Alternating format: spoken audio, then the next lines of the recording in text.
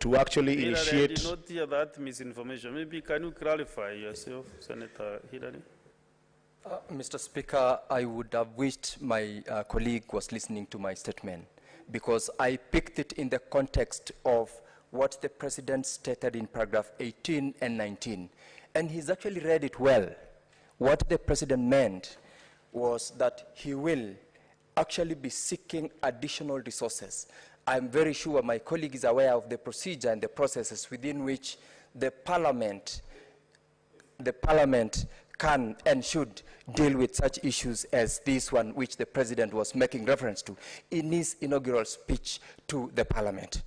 Mr. Speaker, allow me to continue. I believe I still have the floor. The second item that, Mr. Speaker, I wanted to speak to was also the President's paragraph 17, where this House has previously been taken through by earlier senators who spoke to the speech, where they have stated that the President is seeking to amend the Constitution in the back door. I believe it was Senator Oburu who said that he is not expecting the President to amend the Constitution by that reference in paragraph 17 of his speech, where the President stated that he will be seeking the House to enhance or to make appropriate mechanisms.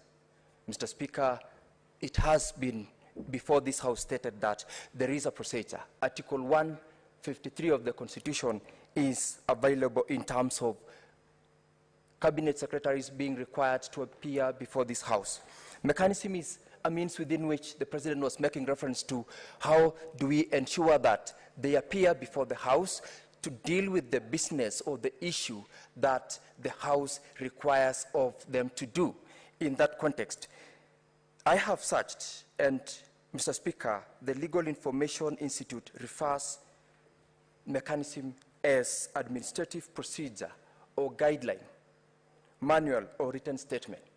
It is not an invitation to the House to amend the Constitution when the President makes reference to the fact that he would, in the near future, seek mechanisms through which cabinet secretaries are to be invited before the House to answer to concerns or questions that the House requires. Mr. Speaker, I would like to speak to the issue of the President's comments on the need to have a united country called Kenya. The President in his speech indeed confirmed that he would be a president of the people of Kenya, those who voted for him or those who voted for his competitor.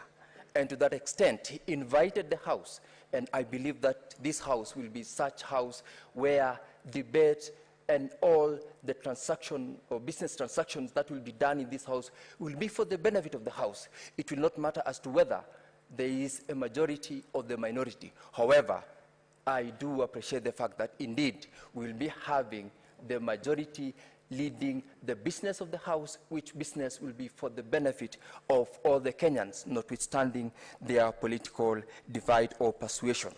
Mr. Speaker, I want also to speak to the element of agriculture. In the course of all our campaigns, we did preach that this will be one of those issues the government of Kenya Kwanza will push. Mama Mboga, the boda guy, back down in the village, deal with these issues on a daily basis.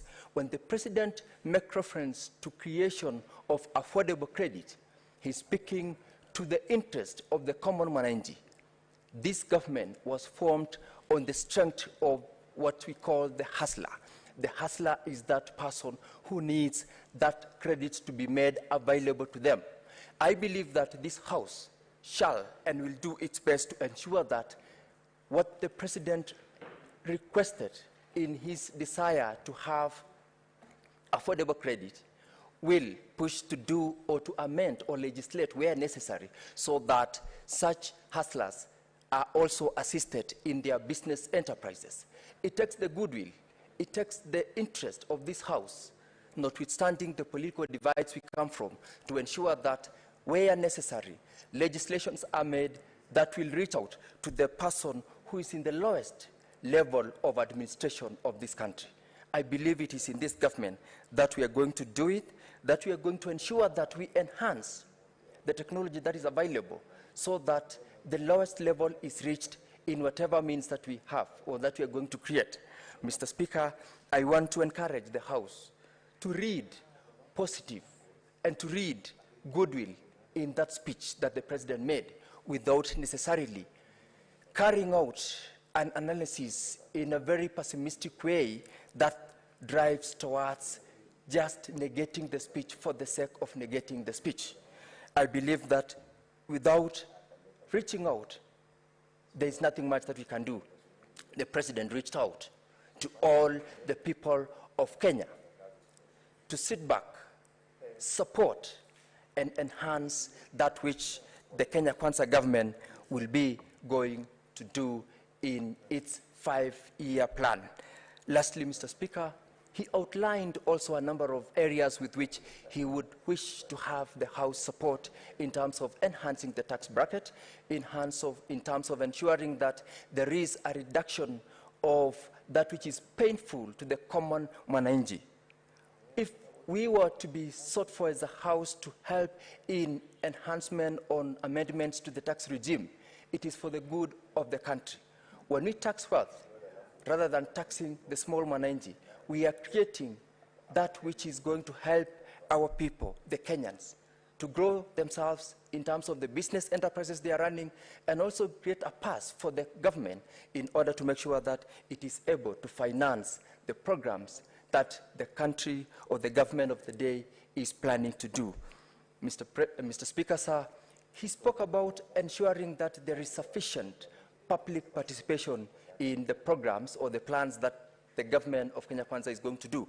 I believe that this House will be one such House where, when such programs are brought before the House, there is total support in objectivity, because at the end of the day, we have a House that is involved in the interest of the people of Kenya, whom we have sought for to serve for the period of 5 years. Mr. Speaker, sir, as I conclude, I would like to appreciate and thank the people who chose this government.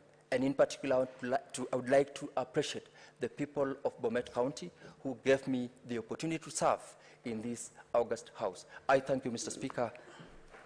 Thank you, Senator Hillary.